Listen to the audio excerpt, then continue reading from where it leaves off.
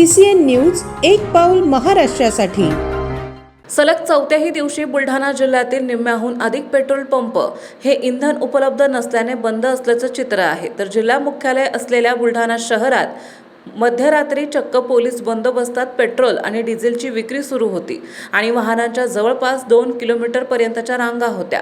एकीकडे प्रशासन म्हणतं टंचाई नाही, तर दुसरीकडे जिल्ह्यातील निम्म्याहून अधिक पेट्रोल पंपावर इंधनाअभावी नो स्टॉकची बोर्ड लागले आहेत आणि ज्या पेट्रोल पंपावर इंधन उपलब्ध आहे तिकडे वाहनांच्या 2-3 किलोमीटर पर्यंत रांगा आहेत। एकंदरीत बुलढाणा जिल्ह्यात 4 दिवसांपासून अद्यापही इंधन टंचाईमुळे नागरिकांना त्रासाचा सामना करावा लागत आहे। खरं तर कोणत्याही प्रकारची पेट्रोलची डिझेलची जिल्ह्यामध्ये टंचाई नाही आहे।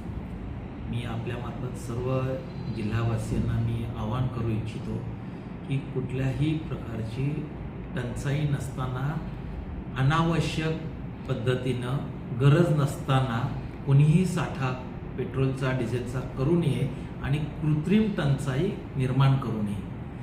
केवळ आणि केवळ आवश्यकता जेवढ्या ह्याची आहे तेवढ्याचाच आपण नियमित स्वरूपात वापर करावा। कुठल्याही प्रकारची टंचाई नाही आहे, तरी सर्व जिल्हावासियांनी याची खात्रीने त्याची ती नोंद घ्यावी आणि जर का त्याचं कोण उल्लंघन करत असेल तर त्याच्या बाबतीत सक्तीनं कारवाई करण्याच्या स्पष्ट सूचना सर्व संबंधितांना देण्यात आलेली आहे।